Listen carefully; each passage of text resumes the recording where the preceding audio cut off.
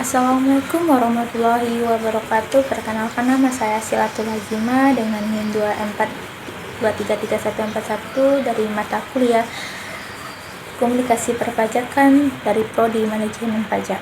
Kali ini saya akan membahas bentuk dasar dan proses komunikasi perpajakan. Bentuk dasar komunikasi. Bentuk dasar komunikasi terbagi dua, yaitu yang pertama komunikasi verbal.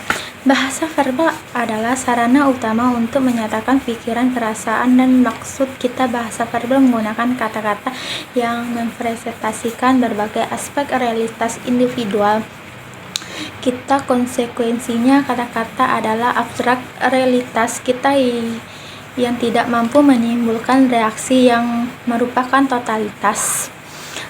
totalitas objek atau konsep yang di awal kata-kata itu, misalnya kata rumah, kursi, mobil, atau mahasiswa dan lain-lainnya. Komunikasi verbal adalah bentuk komunikasi yang menggunakan bahasa baik lisan maupun tulisan untuk menyampaikan pesan. Bahasa verbal menjadi sarana utama bagi manusia untuk mengungkapkan pikiran, perasaan. Komunikasi verbal tidak hanya mencakup komunikasi lisan, berbicara dan mendengar, tetapi juga komunikasi tertulis, menulis, dan membaca. Yang kedua, nonverbal. Komunikasi nonverbal yang merupakan semua isyarat yang bukan merupakan kata. Menurut Larry Samovar dan Richard E.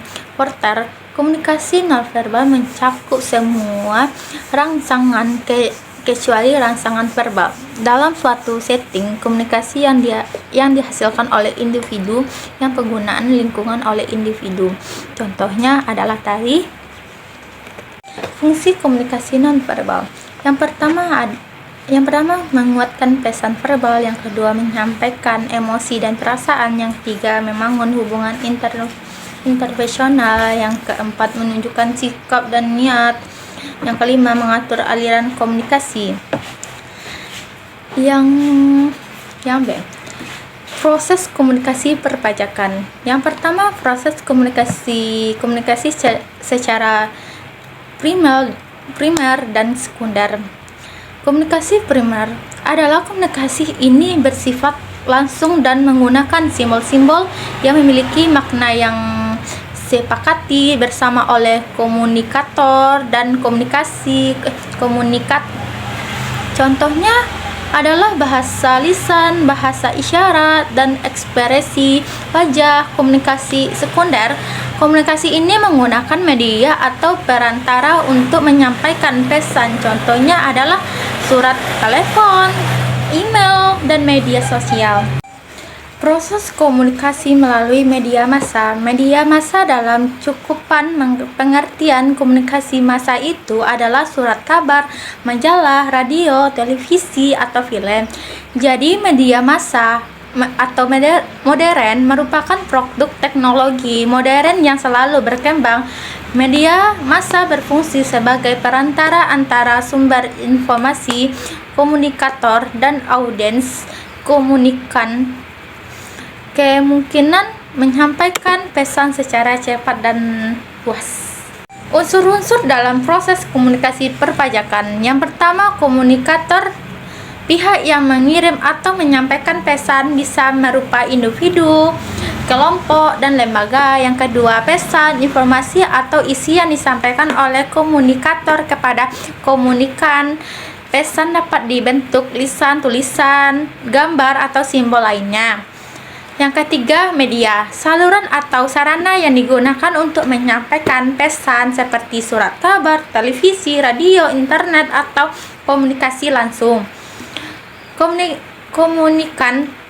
Pihak yang menerima pesan bisa merupakan individu, kelompok, atau masyarakat luas. Yang kelima, umpan balik. Respon atau tanggapan dari komunikasi terhadap pesan yang diterima.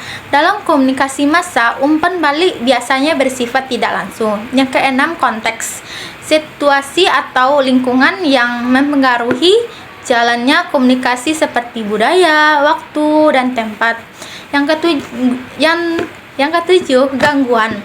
Hambatan yang dapat mengganggu proses komunikasi baik secara fisik seperti suara bising maupun psikologis seperti perbedaan privasi.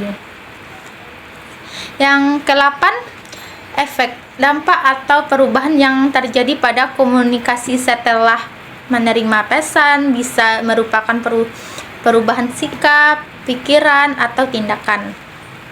Sekian, terima kasih.